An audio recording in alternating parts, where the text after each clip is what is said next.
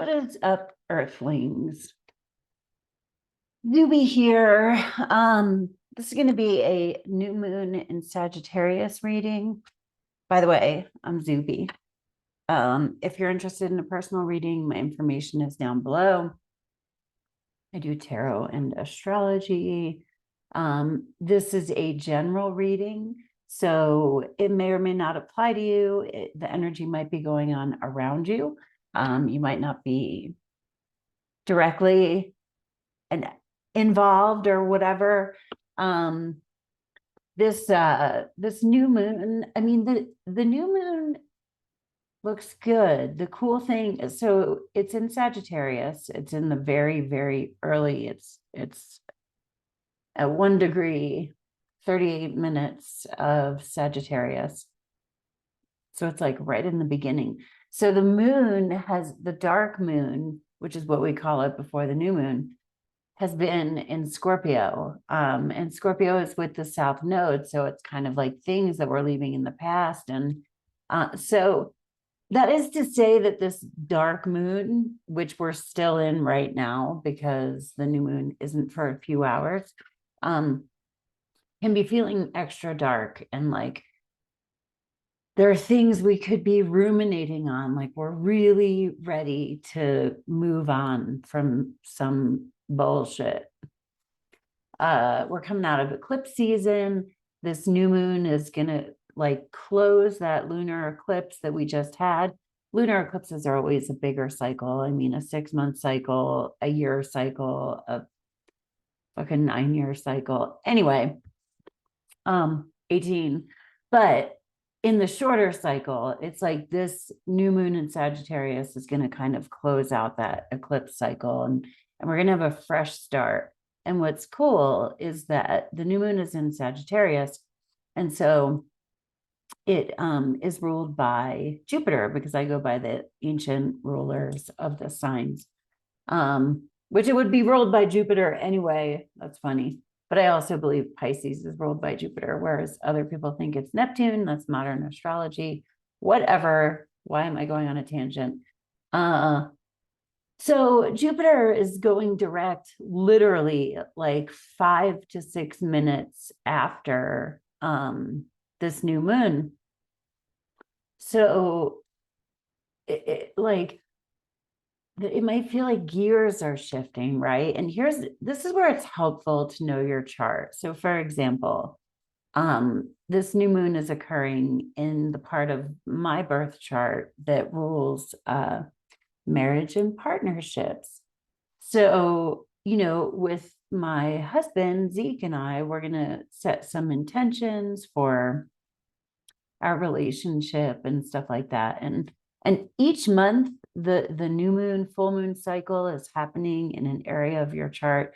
And I like to harness that, whatever the energy is going on, or be cognizant of it as it's happening, so that I can directly put intentions, which the new moon is about, put intentions into that area of my life. Anyway, this is just a general reading about kind of the new moon energy. If you stumble upon it when it's not the new moon, it can be timeless as well. The new moon is not necessarily aspecting anything. So what that feels like to me is that there could be this feeling of like optimism that we have. Sagittarius is fire energy. We're coming out of Scorpio. We're coming out of eclipse season. So we could be feeling good. But as of yet, that feeling of optimism might not be touching anything in our life, if that makes sense.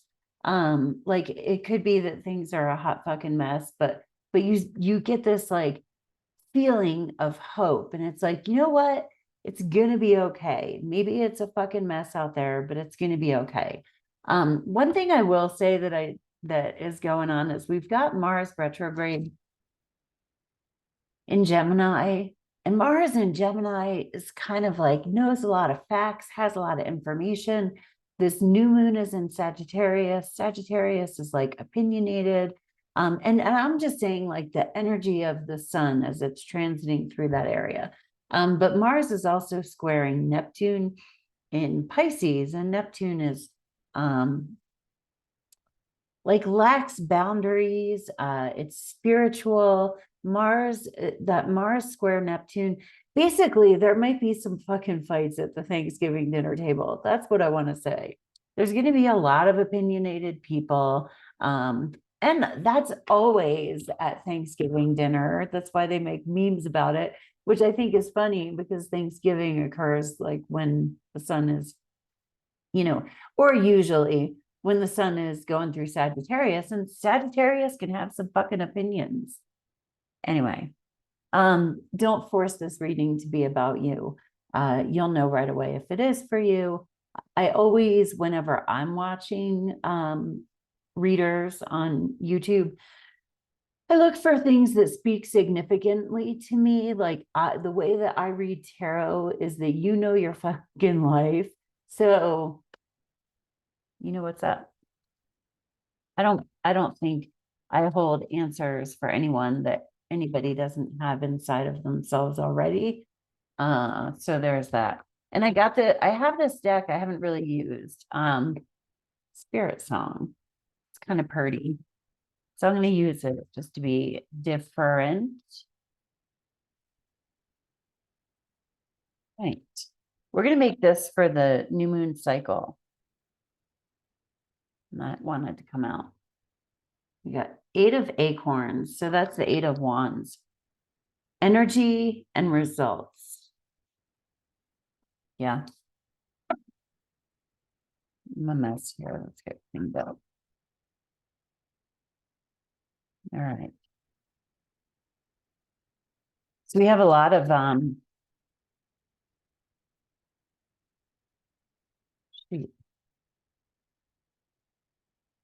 the word I'm looking for. We have a lot of something in the fire. We have a lot of things in the fire. It's not sticks. Oh, wow. 9 of acorns. Keep going. Power, perseverance. Yes. Okay. So this is internal, right? Maybe I'll put this so you can kind of see it. I like to see tarot readers. That's why I do it this way. Like, it's fine when you can see the cards. That's why I try to hold them up a lot, but I don't know. I like to see people when I'm watching their videos. But so we have the 8 of acorns. The 8 of acorns is we just have a lot of things going on, a lot of hopes, a lot of aspirations. In the like regular tarot, it's the 8 wands going, all in the air. We don't want to like grab something out of the air that we've already launched and redo it, right? So it's like things are out of our hands. And then the 9 of acorns is we're almost to the end of this journey. Like, and that's what's in front of us is it's step by step, do the next thing, keep going. But both of those are fire. And we are in fire. We've got the sun, moon, Mercury, and Venus in fire. Mercury and Venus are in a conjunction, and they're actually in a trine over to Chiron. So I'm going to explain that for a minute. We want to talk about what we want, right? We want to talk about what makes us want to move forward, what gives us momentum. And Chiron is in Aries. Chiron is the wounded healer. Chiron in Aries wants to be who they are. So that's a nice aspect that we have going on at the moment. It's just funny because it could lend itself to like telling other people like the most, about what we believe what we believe. I believe what I believe, and this is feeling good about it. We don't need other people's approval to feel good about what we're thinking and feeling. And what we're wanting and what we're moving towards. It's okay to feel like good about what you're doing and what you want without having to have other people like cheer you on. Yeah. Wow, that is kind of what this feels like to me. We don't need cheerleaders. Sometimes life is just fucking like that. Like you got to do shit and people aren't, cheering for you.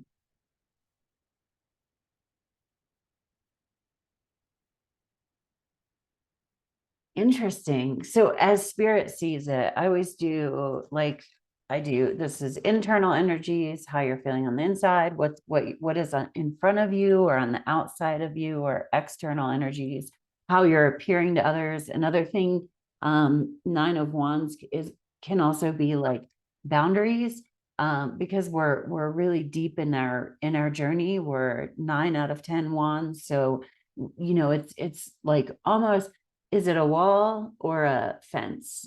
I think, is that how that saying goes? But basically, like, don't be shutting people out, but at the same time, maybe it is time for you to put up a boundary because you got shit you're doing and you don't want to be unduly influenced by others. So as God sees it, or spirit sees it looking down, these two came out together. We have the death card, transformation. Is that a That's a fly, it looks like.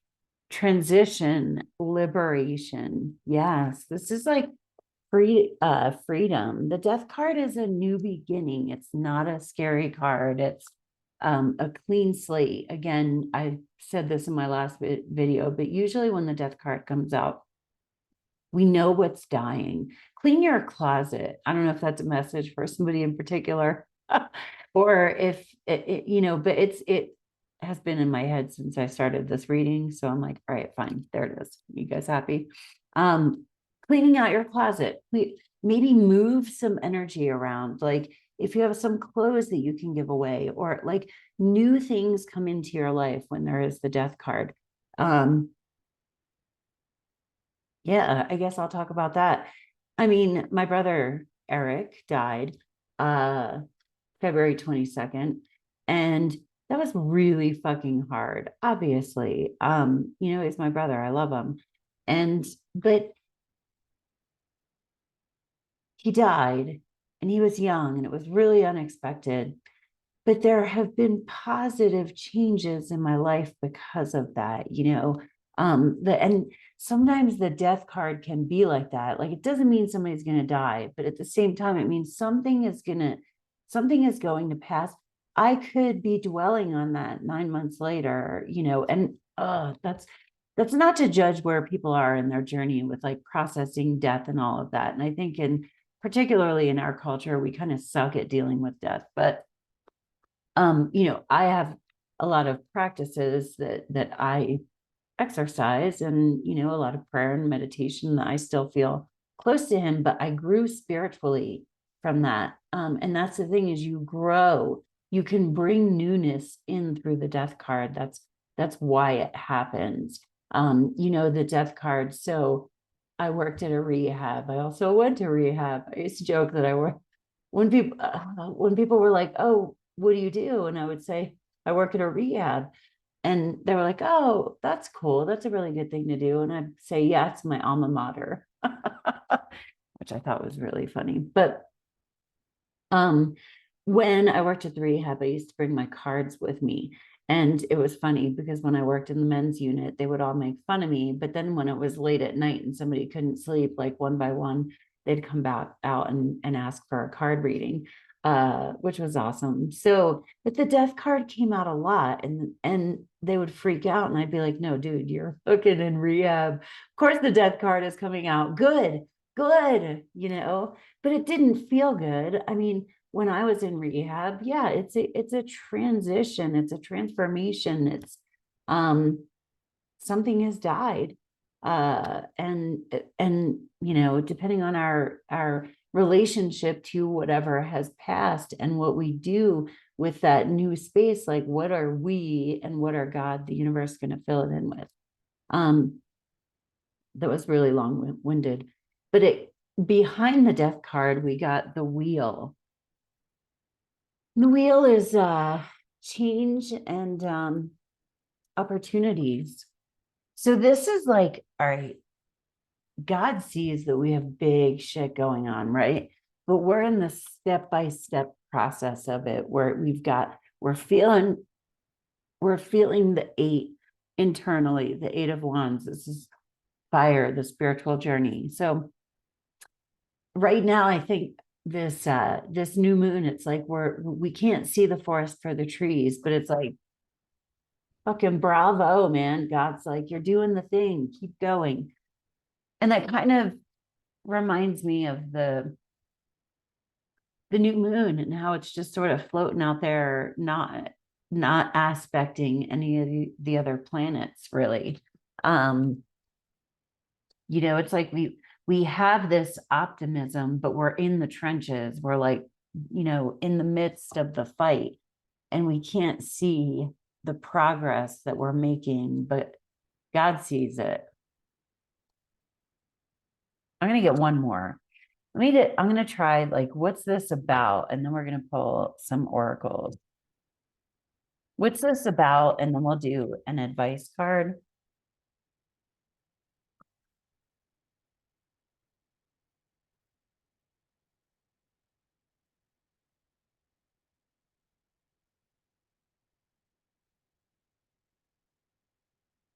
Yes, God.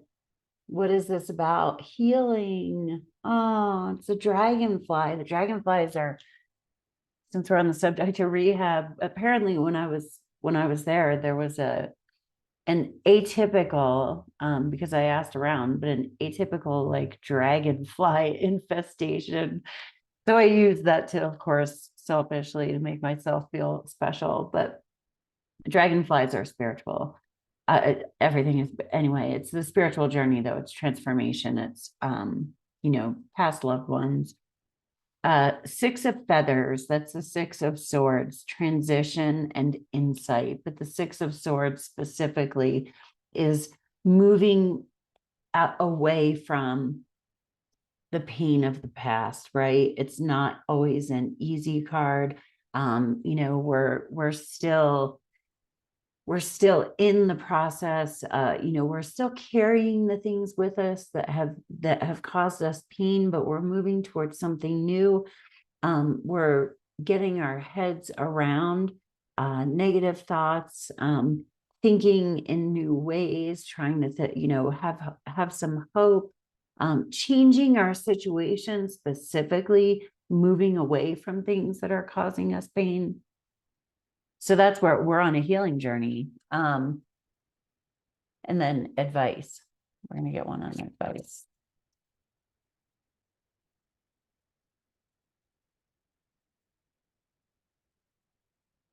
The King of Feathers. Logic and justice. Okay. The King of Feathers is the master of his mind. This is speaking clearly, having authority, justice, also taking a good hard look at ourselves, being logical, not casting blame, right? But not taking bullshit either. Responsibility, being responsible for ourselves. And also, our heads might spin out once in a while, which I think there's, some of that going on, a lot of emotions stirred up from all of this Scorpio energy, which the moon is still in at the moment. But we're really in like the depths of our emotions and maybe the thoughts about those emotions. So the King of Feathers is observer, like going into observer mode.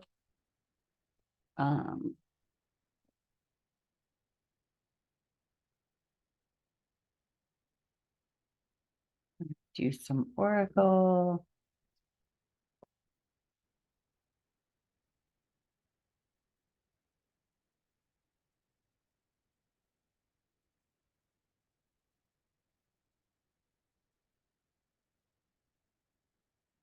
Ah, shut up. That's funny. To the sea. I always joke that if you're familiar with the tarot, she kind of looks like the Six of Swords. And that was this Six of Feathers that I was talking about, where we're moving away from things, right? Look how, the water is still. She is contemplating. She's like connecting with spirit because there's no one else there. She's all alone. This is really getting right with yourself. We don't, not needing other people's approval, not needing any of that, not needing other people's support. But really just getting right with ourselves. Let's do seven directions. Recharge. Please slow down. It's not selfish to take time out to look after yourself. Yes. Yes.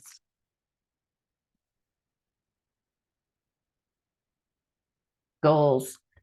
It's time for you to take your goals off the back burner and go after them. Keep moving towards your goals. This nine of nine of wands, nine of acorns. I always say is don't quit before the miracle happens. You might be tired, you might be overwhelmed, you might be like, what the fuck? Just keep going. Keep moving towards your goals because they are manifesting. It's just that, yeah, you're in it at the moment. Time for a nap. And these might seem like conflicting messages, right? But no, this is like get your rest, take care of your body, get it, take care of you, pull your energy back. I've personally been getting a lot of that lately. Call your own energy back.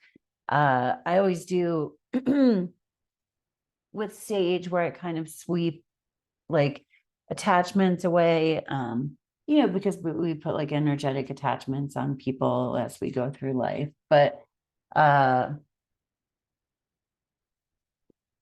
gonna do a couple more of these and I'm gonna call it good. But yeah. Yeah. Take the helm, be in control of your own ship. So interesting because we're getting, we got this.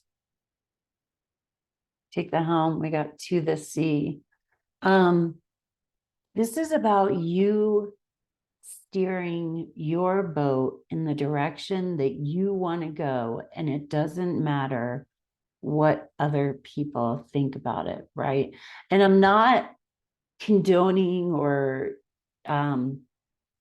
encouraging us to be assholes, but this is figuring out in your heart what it is that you want and moving in the direction of that. Take the helm, be in control of your own ship. Yeah, it's like you don't need cheerleaders because this new moon in Sagittarius, you're gonna feel some hope, but you might not necessarily understand why, or what it's connected to, but just keep it burning. Anyway, I gotta get going. I hope you have a great day on Earth. Peace. Namaste.